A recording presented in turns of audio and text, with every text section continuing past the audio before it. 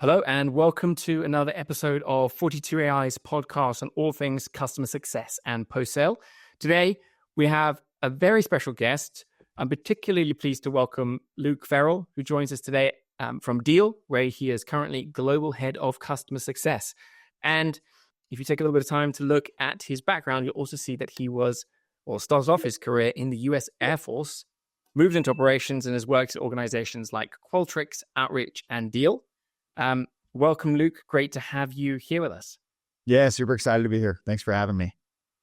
So, Luke, obviously Deel is growing quickly. I think it would help everyone just to get a sense of, what is Deel? What does it do? And what does your role as head of customer success there involve? Yeah, Deel is growing incredibly quickly. I think, we talk about being like the fastest to 100 million, and there were some nice tailwinds too, because we were at the beginning of COVID. Deel started out as like a contractor and employer of record provider. And what that is essentially like if you're 42AI and you want to hire people in Costa Rica and you don't have a legal entity in Costa Rica, you hire through us. We manage the compliance and all of that kind of stuff. So that was like the beginning. And then as we've grown, it's become more of like an all-in-one HR solution for international, because we started paying all these people and we realized that like there was a gap in the market where people don't have a payroll provider that is one single payroll provider for their people in Croatia, UK, and the US. And so that's where we've grown, and now we have an HRIS. So basically, I can't remember what our marketing tagline is, but it's essentially like it's your forever people platform. That's marketing would be proud. Well, it's clear that it's working. We've seen so much of Deel's growth recently, and definitely want to chat a little bit about the acquisition strategy that you guys later in the call, like how you've handled that. What does your role encompass at Deel? Would love to hear just a little bit more about, because I assume you have a kind of global remit, lots of customers in all these different countries. Tell us a little bit more. Yeah, I mean, at the end of the day, like I think of it semi-traditional customer success. My goal is to help customers get the most value out of the platform. What's interesting about that is there's a lot of like education, because if you're a US employer, you're used to being able to terminate people at will. But if you hire someone in the Netherlands, like that's not the case. It's much more difficult. And so part of it is educating customers and then working as an advisor with them on like their global HR strategy. So, and then obviously we want them to adopt the product, work on automations. And the goal is, selfishly to make it sticky, but also to make it better for our customers. Yeah. And I think what everyone has seen, right, there's a massive opportunity here from that consolidated HR approach. So Luke, you've spoken a little bit about how you make customers successful on the platform. I know that you have a specific roadmap which you like to take customers through in terms of how they implement and develop as a customer on Deel. Could you walk us through that? I think people who are interested in Deel as a company and other customer success operators would love to hear a little bit about how you approach it. Yeah, there's essentially like there's a little bit of maturity, and I think of it maybe more internally, but like we have disengaged customers who are just not interacting with us. They're just using the platform. And then we have engaged customers who are talking to us. We're helping iterate, all of that kind of stuff. Then the next level up is we have customers who are engaging with us and they're using the platform in an optimal way. And I'll go deeper into that in a second. And then the next thing we have is customers who are using the platform in an optimal way, and then they're multi-product. So they're getting a lot of value from it. What's really cool is using the platform in the way we want them to use the platform. We call this, it's a thing we call Golden Deel. But essentially what we do is we looked at all the features that like differentiate us and that we think customers can get value from. And we saw how many customers were using this. And then it wasn't nearly as many as we wanted. And so then we set goals and we said, hey, we're going to go get customers to use these. We're going to present use cases. And so what's cool about it is it gave our CSMs something to do when they were doing nothing. Yeah. So instead of just being reactive and seeing what customers had, like now they had incentives and they had goals to be able to say, okay, like I'm not on a customer call. I need to go look at my portfolio and see like I've got a customer. I can go optimize their instance. And so it makes it like CS change from not losing to now all of a sudden you can go win. And that's a lot of, I like to win. Yeah. And I think customer success, right? If you think about the role here, HR professionals around the world, they're busy. They've usually got some kind of, obviously every function is busy to some degree, right? But you're talking about highly sensitive issues. They're always being pulled in different directions. This is people issues. Actually, to have the time to go in and understand the full power of a platform in whatever category in HRS, I think is something that takes time. So, obviously this adds a lot of value, especially considering that, Deel's platform is relatively new in the market in terms of, you guys are, I don't know less than 4 years old, maybe? Yeah, I think maybe 5, but like, I don't like that first year might've been like a couple people in an apartment. Yeah. We're young. What's interesting is like in trends in HR that we're seeing is a lot of people are just trying to automate. We're in the age of AI now. And so people are trying to automate and go do things like Klarna is a crazy case study. If you've seen in the news, like they've worked on automating so much of their stuff, and we're a huge partner of theirs. And like, so we've pushed all of helping them do their global payroll and their global HR. And we use a lot of AI solutions. And then we manage a lot of this. And so it's allowed them to shrink. I don't know exactly, but it's allowed them to shrink that department and really save quite a bit. So this is an example, right, where, Deel is, as from what I can understand, right, you're working with your product team, your customer implementations of AI and obviously your customer success teams in order to streamline operations even more than let's say the last kind of thing companies were doing the last few years. Yeah. And it's really fun. And we've used AI a lot for different use cases. One of the ones that I personally love is we have all this information about international hiring in all these countries. And it's really hard for the layperson to know like how terminations work in Poland versus Ecuador. It's just really hard to know. And so we have like an open AI interface essentially that we have external facing to our customers, and then we have internal. And it can just make you feel and look so smart. I love showing it to like HR leaders at a company because I'm like, hey, ask me a question right now. And they'll be like, okay, like I'm going to go hire in Poland. What are the top 5 things that I need to consider? I just type it in, it gives me an answer right away. And like, I look so smart. Like I'm not the smartest guy, but I look smart. And I'm like, and I tell them like, now you can be in a meeting and somebody can be talking about, hey, I'm thinking about hiring in the UK. You type in, what do I need to think about? And then all of a sudden in the middle of the meeting, you can be like, I think the UK would be great. Here's the 3 things we need to think about. Yeah, that's impressive, right? And it's definitely the way we're seeing a lot of trends in AI and different software categories moving. So that's exciting for Deel. Just to take it down a level, right? For, customer success managers on your team, right? What are some of the principles, some of the enablement, some of the frameworks that you're giving them in order to make them better customer success managers? Would love to hear a little bit about that development piece. Yeah. Some of the tools that we're giving them, like we talked through like that engagement curve of how we want to push people right in the customer journey. We talked through Golden Deal, which is essentially like pushing people through there. We also, I think that there are maturity stages to customer success. And I'd say like the first maturity stage is like Wild West. You'll do anything that you can to make customers happy. And it's just like, go make customers happy. And I think that that's like that stage gets a lot of bad press, but it's a phenomenal stage and it's a ton of fun.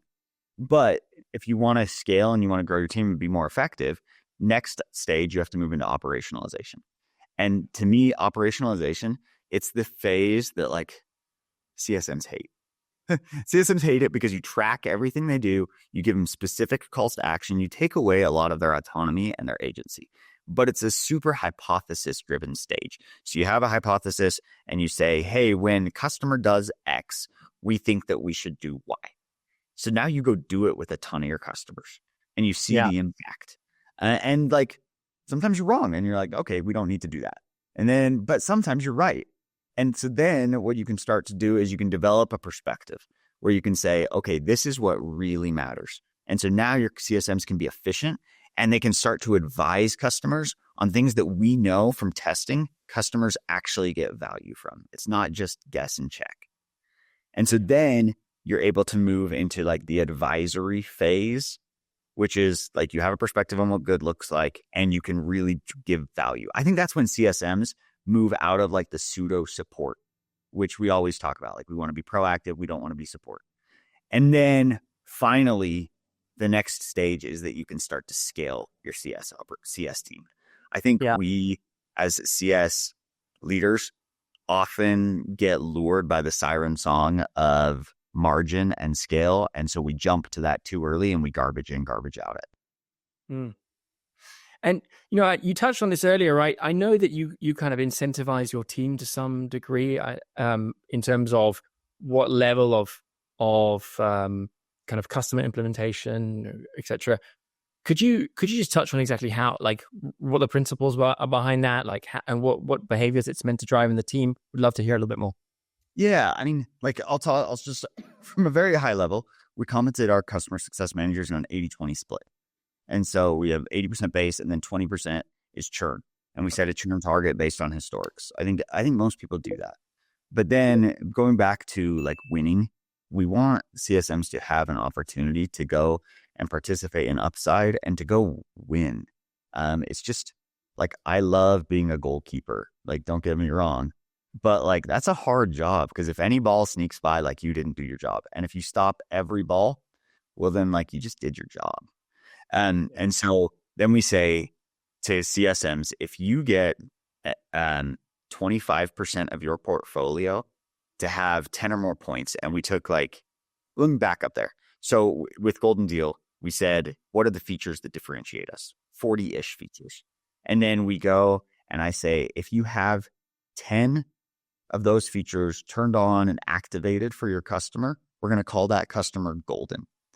If you get 25% of your portfolio golden, I will give you $1,000 bonus, and then recurring, because your portfolio stays golden, $400 every month.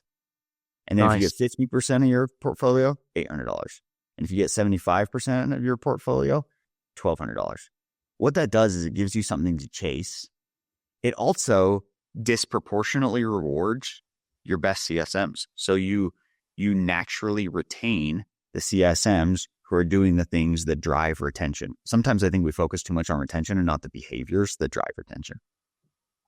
Yeah, and I love that incentive program, right? It's clearly designed to, put some control or put some levers in the hands of customer success to do something which, and we'll chat on it a second, right? I mean, customers, as you said, customer success can be quite a defensive role. This is like, how can I go out there and best serve my client, understand the value, look at which features are driving that, and work towards them with a plan, right? It's about relationship management. It's about working towards these targets. And I think in some customer success team, that can be a little bit forgotten, right? So I definitely like the logic behind that. And I might, one day use that for myself, actually. Yeah, and it's fun. Like it's fun because you can gamify it. You can build competitions. And I think we all, like, work is more fun when it's a game. Yeah. Yeah, those clear objectives. So, and interestingly enough, like, you're still an organization which splits out customer success and account management. Mm-hmm. Anyone listening who wants to apply to Deel, right, thought that'd be an interesting point to cover. How has that come about? What is the difference between the roles? How do you guys work together? Maybe you want to give us some light there. Yeah. So we do split out success and account management. And the reason, like, at a high level why we've done that is we want the customer success manager to be an advocate for the client. And so we don't want to, like, cross any lines. Like, when we're doing things and we're pushing things for the customer, we want the customer to know, like, we are doing it for your good. Now, we do have little incentives like Golden Deel and all that kind of stuff, but really it's for your good. And then we have the account manager whose sole function is to, like, upsell and cross-sell the account. We find that having someone focus on that, just one, it drives revenue, which is great. And then it allows the success manager to really go focus on what they need to do. Now, the problems that you have with that model is cross communication has to be really, really, really good. And we're not perfect at it. It's an area where we can continue to get better. What's really hard is, like, you have people talking to customers on Slack, on email, on phone calls, on texts, on WhatsApp, on WeChat, and CSMs are doing it and account managers are doing it. So getting a holistic view of the customer, really hard. Yeah, no, I can imagine. But look, it sounds like it's, your team is going above and beyond onto whatever channel that's required, right? So that's also positive. That's great. So, one of the things that obviously when you look at Deel from the outside stands out, right? Big acquisition play in terms of driving growth with some payroll companies as well as other HR solutions. And yeah, so you have a particular way that you like to kind of integrate these different, how should I say, customer success managers, salespeople, whatever it may be, into how they help your teams sell and enable, not sell, but enable those products on the Deel platform. How does that work for you? Can you explain more? Yeah, generally, I love to have my CSMs be as general as possible, and I want them to know all products because I think it's just like, unless you're like an SAP and you're massive and you have 20 million, $100 million contracts, I think it's really awkward to have like one CSM per product. Like if you're spending 100K, you don't want to be talking to 5 different people. So we try and have people be generalists. Now, that said, when we incorporate a new company, Hoffy is a great thing, which we now is Deel IT. So they have CSMs that are experts and have been driving success on Hoffy for years. And so we, rather than give them a full book, we give them like specific Hoffy only clients, and then we use them as an overlay. So I would expect like CSMs to know 70% of the answers on Hoffy. But then there's going to be complicated things and things that need specialist help. And then we loop them in almost in a consulting model. And so we do that for a while, could be 6 months, could be a year, until like the team really starts to feel comfortable. And then we start to move those specialists into more generalist roles. But I am a big believer in having the specialist model with an eye towards the generalist model. Yeah, so they develop over time, right? I'm sure otherwise you'd have a lot of, considering the number of acquisitions that Deel has done, you probably have quite a lot of specialists running around. Yeah, we do, which is great. It's not the most efficient, right? Like the most efficient is you go flat, but I think it's necessary at the beginning. Yeah, no, 100%. Okay. So last one, just specifically on the way that you work with your customers, which I think really stood out in some of the conversations we've had previously. You talked a little bit about Project Cassandra, which from what I picked up is really about expectation setting, right? We've all been on an airplane where a pilot will tell us that we're delayed by 30 minutes. And then they turn around and they say, listen, it's actually only 15. We're about to kind of taxi off, and you take off. And I think that's a great way to play it, right?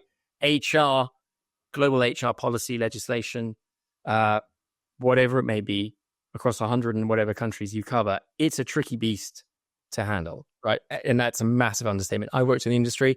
I know some of the problems that can present themselves out of thin air. Can you tell us a little bit more about that approach? Because I think psychologically for other customer success management teams, it's an interesting method, right? Yeah. Thanks for asking about that. I love that project. And just shout out to Ben Greenfield. He's one of our directors, like his brainchild. I will happily take credit for it. But essentially, like we have a really robust escalation framework where anytime there's an escalation, we'll have CSMs raise an escalation in Slack. We pull everybody in, we raise a Jira ticket so that we can root cause it. So we got all this data around what's driving escalations, and it became really clear that a lot of the things that drove escalations were things that, like, if we had gotten ahead of them and if we had told customers and warned them beforehand, like, they may still have been mad, but they wouldn't be like red in the face mad. Yeah. So we grabbed all those things and we said, like, we're going to start doing this. Interesting thing about Cassandra, the reason we named it Cassandra is a Greek god, that her curse was to prophesy, but nobody listens. That's what we felt like. It was kind of... I think a lot of people in technology startups probably feel like that sometimes. Yeah, that's kind of how it feels sometimes. And so we went through and we said, we're going to, as soon as customers on board and they're turned over to the success team, we're going to grab all the things that we know are going to drive them crazy, and we're going to tell them about them. And so we're going to say, like, hey, terminations are hard, and this is what's going to drive you crazy. If you terminate after a payroll cutoff, your person's still going to be included. Or like expenses policies are different per country. Yep. And so your employees may not have been doing expenses compliantly. And in Portugal, expenses are tough, and they're going to have to ask for these things. What's great about it is now the customer gets an opportunity to say, I don't like that. Or like, that's a deal breaker. That's a problem for me. And now we can collaboratively solve it before it's like on fire. Well, and then like they may, people don't retain everything, But it is nice because then something happens and like there's probably something in your head that's like, oh, I remember we talked about this. Yeah. Look, I think it's for this industry and for other technology categories, right? It's great advice. So right now, Deel, very much hiring. You've got a number of roles open. We're going to talk a little bit about the numbers later. What's the advice you have for someone starting out in the first few years of their customer success career in today's environment? Yeah, that's a great question. We are hiring a lot. So if people want to talk about that, I'm happy to talk about that. But I think like I often think of CSMs in like 3 levels. So the first level is like, you know how to organize your work, you're conscientious, you have grit, you work hard. And so in an interview, like I'll ask people, how do you decide what to work on? How do you prioritize your work? Because I think if you're not consciously thinking about those things, it's really hard to do that effectively. Mm-hmm. So that's like the first thing I would think about. The second thing is how so that's maybe entry level, and then like mid-career level, a couple years of experience. It's how are you advisory? And I love to ask people like, tell me about a time when a customer came to you and they wanted something and you had to tell them like, no, you don't want that. Or like, there's a better way to go about that. Because I think when you get to that, like that's like a mid-career CS level skill. And then the last thing that is really important, and this is when you're starting to think about becoming a manager or becoming a senior or principal CSM, is we close the inner loop a lot, which is like the tactics. So it's like what I solve the problem in front of me. But the senior ones are the ones that are going to be managers and directors and VPs are able to close the outer loop. They can trend spot. And so they say, I've had this problem with 3 or 4 customers. I have 20 other customers that are similar. I need to go develop a program so that I can get ahead of this. And that to me is phenomenal. And then like maybe your VP level is when you can go and you can say, I see these customers, but I also can like, now I can go look and see what is driving this in product. And that's like the outer loop. That's interesting. I just want to take us on a tangent, right? So that's typically quite a challenging thing for customer success teams to do. So are there tools, or you mentioned Jira already, right? But are there tools, processes, vendors that you're using where you can where you extract kind of some of the data that goes into that kind of outer loop detection?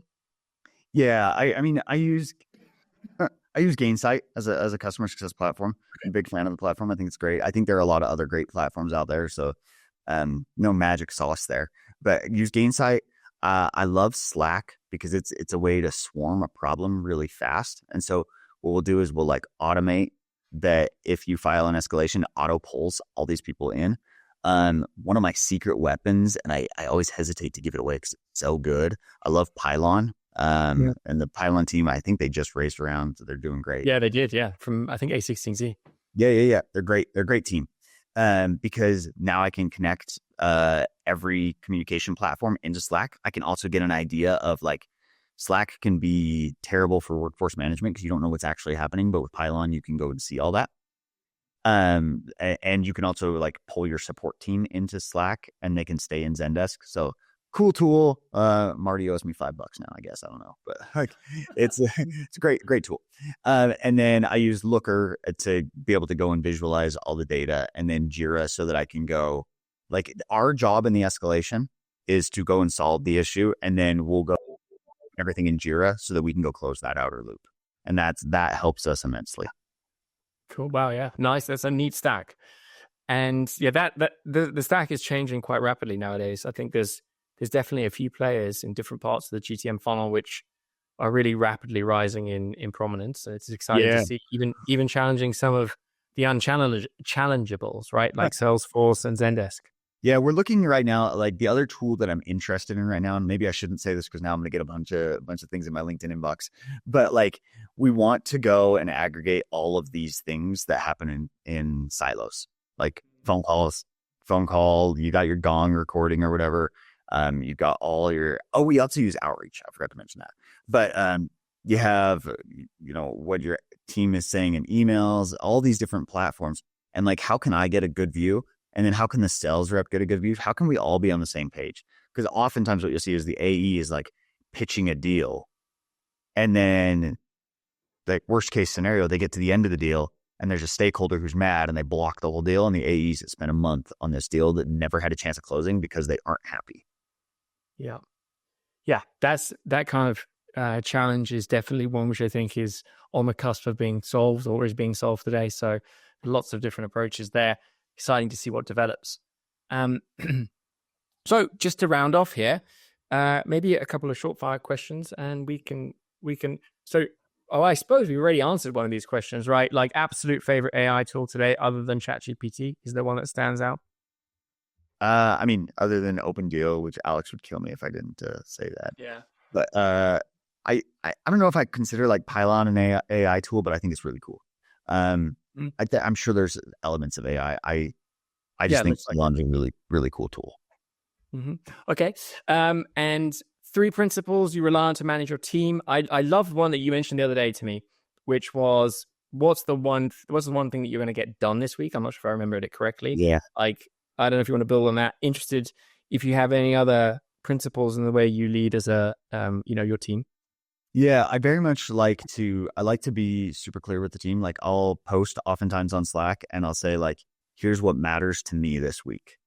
And sometimes it's really tactical, simple stuff, but I'll just be like, I need to get all of our compete channels like cleaned up. And so like, that's what I care about. And that's what I hope you should care about this week. So I love to just be like 1 or 2 things. So I love that. I love, I'm a big believer in like, and maybe this is micromanaging. Maybe don't, read this in a book, but I love like when I want a customer to do something, I want to know like, did the CSM reach out? Is it done? Is the customer aligned? And then like notes. So oftentimes I'll just put together like a simple sheet so that I can see visibility, because CSMs have so many things going on and I want to make it so easy for them. And I also want to make it easy for me to monitor. So I'll just put something together. And that way I can just like tag any CSMs and be like, hey, I don't see action on this. It's just very straightforward. I also love, we have a team that like audits our processes. And I think it's the coolest thing ever. So we'll put together, a process that we think we should do. And then we'll have this, I can't remember what we called it. It's like a QA type team. And they'll go audit and we'll say, this is what we do on escalations. And then they'll come follow and they'll look at, X number of escalations and they'll say, you scored like 90% against what you said you were going to do. It's great because it holds us accountable. Nice. Yeah, I've never heard of that before. That definitely sounds like an interesting approach, really valuable, because, it's in a remote organization as well, because Deel is fully remote, right? Yeah, fully remote. The interaction, especially through your digital systems, becomes the lifeblood of the company. And that's the office. For sure, there's a lot of efficiency, and a lot of the activity is so measurable, right? And retrospectively, it's also quite easy to access. So I think big opportunities there. Very interesting that you do that. I think that's a smart move. It's a great team. And what's great about it is we get really intellectually curious people on that team. And so oftentimes they'll say like, here's what you're doing wrong and here's how to go fix it. So it makes my job really easy because I can just say like, yeah, I agree. Like, let's go do that. And it just like, I love thinking of like operations like a zip tie, like just slowly getting tighter and just never letting it get looser. Yeah, I like that. Well, I think, that speaks a little bit to your background as well. So Luke, Deel, growing, like where do you have customer success managers today? What segment? Like, is there a split? How much is the team growing by?